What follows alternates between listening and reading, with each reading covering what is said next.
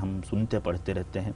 इस तरह की कोई परेशानी की कल्पना आप करते हैं कि कोई राजनीतिक दबाव से भविष्य में जूझना या उच्चाधिकारियों के कामों में से हमारी ट्यूनिंग सेट न होना, कुछ इस तरह की परिकल्पनाएं आपके जहन में आती है क्या? हाँ, सुनने में ऐसा आया है, एडमिनिस्ट्रेशन में मैंने ऐसा सुना भी है और कुछ लोगों के उदाहरण भी ऐसे रहे हैं।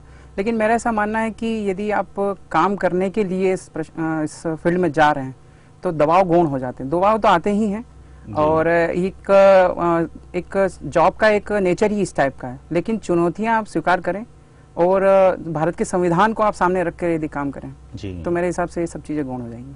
चुनौतियों को स्वीकार करें और हिंदुस्तानी कॉन्स्टिट्यूशन को क्या ख्याल रखते हुए काम करें, ये सारी बातें समाप्त हो सकती हैं, ऐसा आपका कहना। अच्छा कर्मवीर जी, ये बताइए कि खासतौर पर मध्य प्रदेश के विद्यार्थी दक्षिण भारतीय विद्यार्थियों की तुलना में कॉम्पिटिटिव एग्जाम्स में जैसे आपने फतह हासिल की ऐसी कम कर पाते हैं, क्या कारण है? क्या यहाँ पर पढ़ाई का वैसा माहौल नहीं है जैसा अन्य जगहों पर है?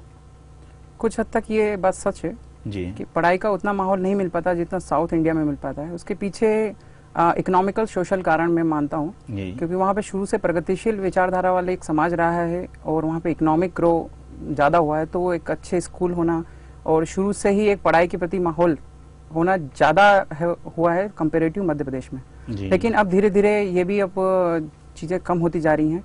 हमारा पारिवारिक पृष्ठभूमि जैसे हम आगे कम से भी एक नीचे स्तर से छोटी जगह से भी आए हैं और हमने ये उपलब्धि हासिल की, ऐसे दूसरे लड़के भी कर रहे हैं। इंदौर से, भोपाल से, जबलपुर से लड़के निकले हैं, तो अब वो चीज़ अब टूटती जा रही है। अच्छा, कोचिंग इंस्टीट्यूशंस का क्या कोई योगदान होता है इस तरह की सफलताओं में? मेरा ऐसा मानना है कि प्रारंभिक लेवल पे होता है, जब आप इनिशियल लेवल पे कुछ भी नहीं जानते हैं तो एक दिशा देते हैं, आपके जो सिलेबस होता है, कोर्स होता है, उसको कॉम्पैक्ट कर सकते हैं, कुछ मटेरियल दे सकते हैं, लेकिन वो एक फाइनल या निर्णायक नहीं होता। निर्णायक आपकी मेहनत है, आपका जो गुण है, जो सिविल सर्विस के जो गुण होने चाहिए वो, और आपकी दृढ़ इच्छा शक्ति, मेहनत, यही निर्णायक चीज होती है। अच्छा, कितने घंटे मेहनत आपने की इन दिनों जब आप आईएएस मेंस की और इंटरव्यू की तैयारी कर रहे थे? तब विषय के अनुसार मैंने इसमें डिवाइड किया था, लेकिन यदि एक एवरेज निकाला जाए तो 10 से 12 घंटे, और एग्जामिनेशन के समय में तो 15-15 घंटे तक चली जाती थी। जी। इंटरव्यू बोर्ड के सामने जब आप उपस्थित हुए तो कितने सदस्य थे वो बोर्ड, इंटरव्यू बोर्ड में?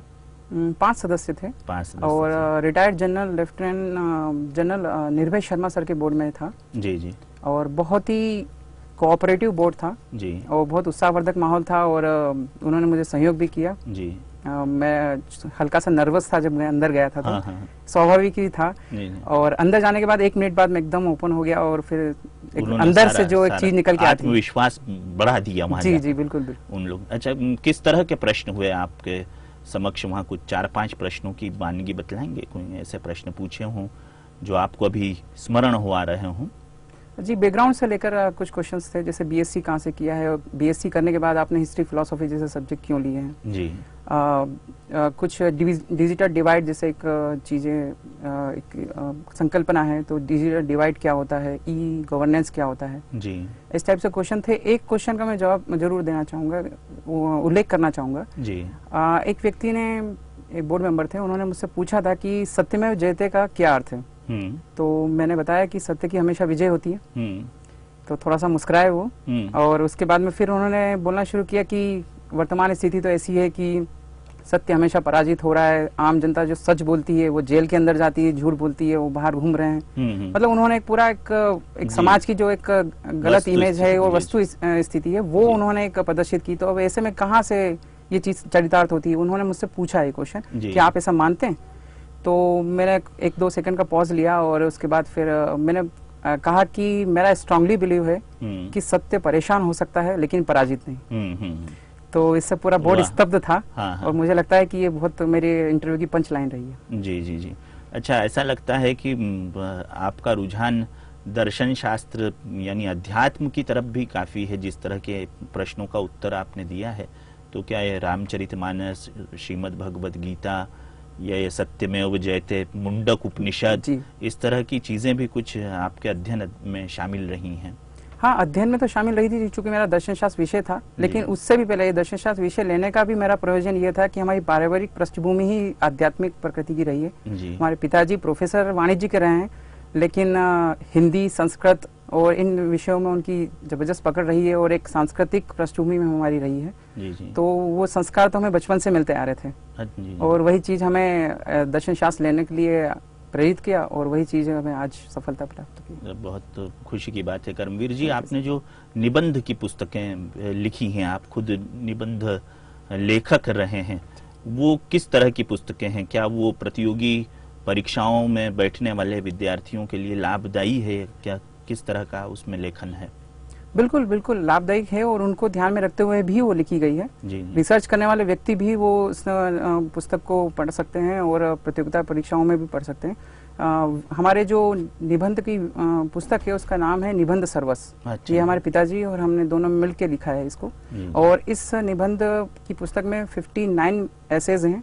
अच्छा। इसे हमने 2 सेगमेंट में डिवाइड किया। एक में तो है कि ऐसे कैसे लिखा जाता है, जी। उसके पूरे एक एक बिंदुओं को हमने डिस्क्राइब किया है।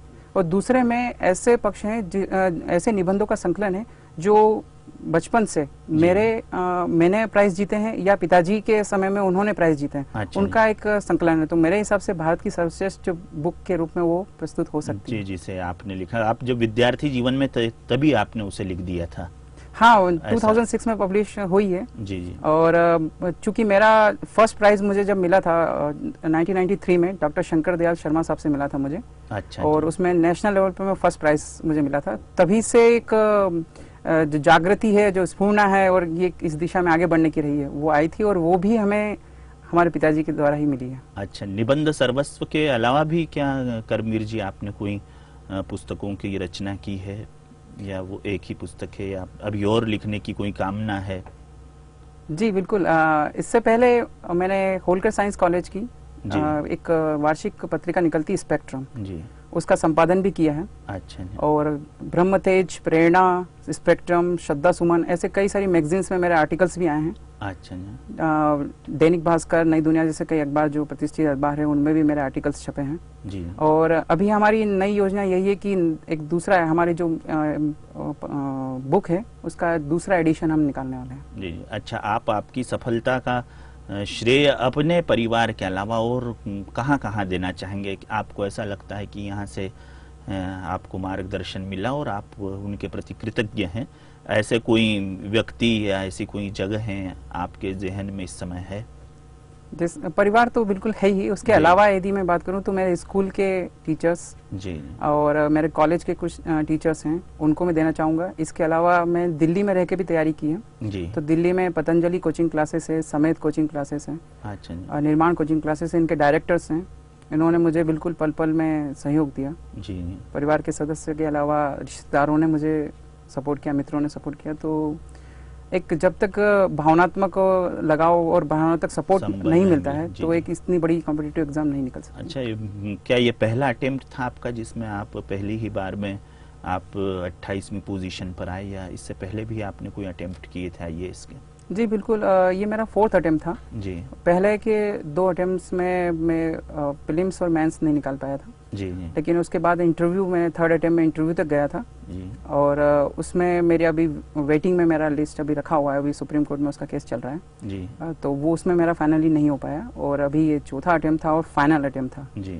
तो पूरी प्रतिज्ञा के साथ में मैं इस अटेम्प्ट को अटेम्प्ट किया था। और एक वो प्रसिद्ध कथन है ना कि वरहूं शंभु न तो रहूं कुमारी जी जी।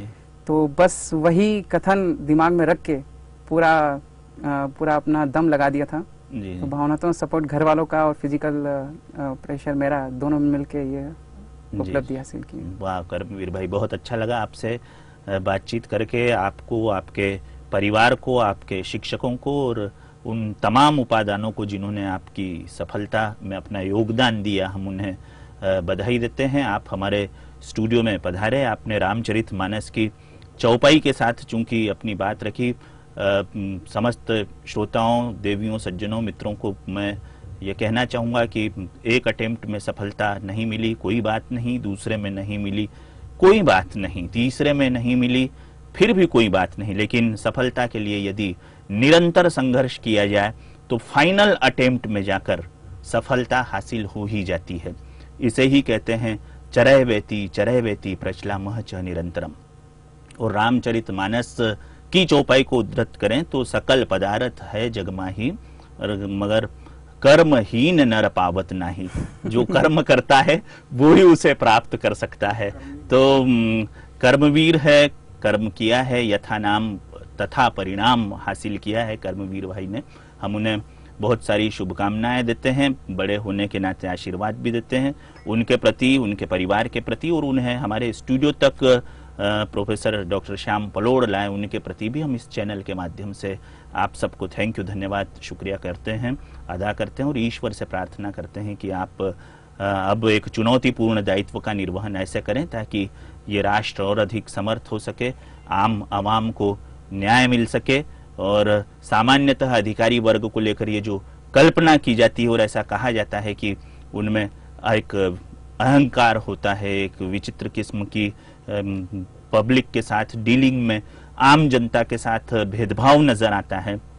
इन सारी बातों से परे होकर जैसे एक शिक्षक पुत्र ने, एक शिक्षक चाणक्य ने इस मुल्क को नई दिशा दी, उस दिशा में ही आप भारत को ले जाने का प्रयास करेंगे। आपको बहुत बहुत बधाइयाँ, शुभकामनाएं, आप और तरक्की करें। एसआर परिवार आपको पुनः बधाई देता है। धन्यवाद सर। नमस्कार।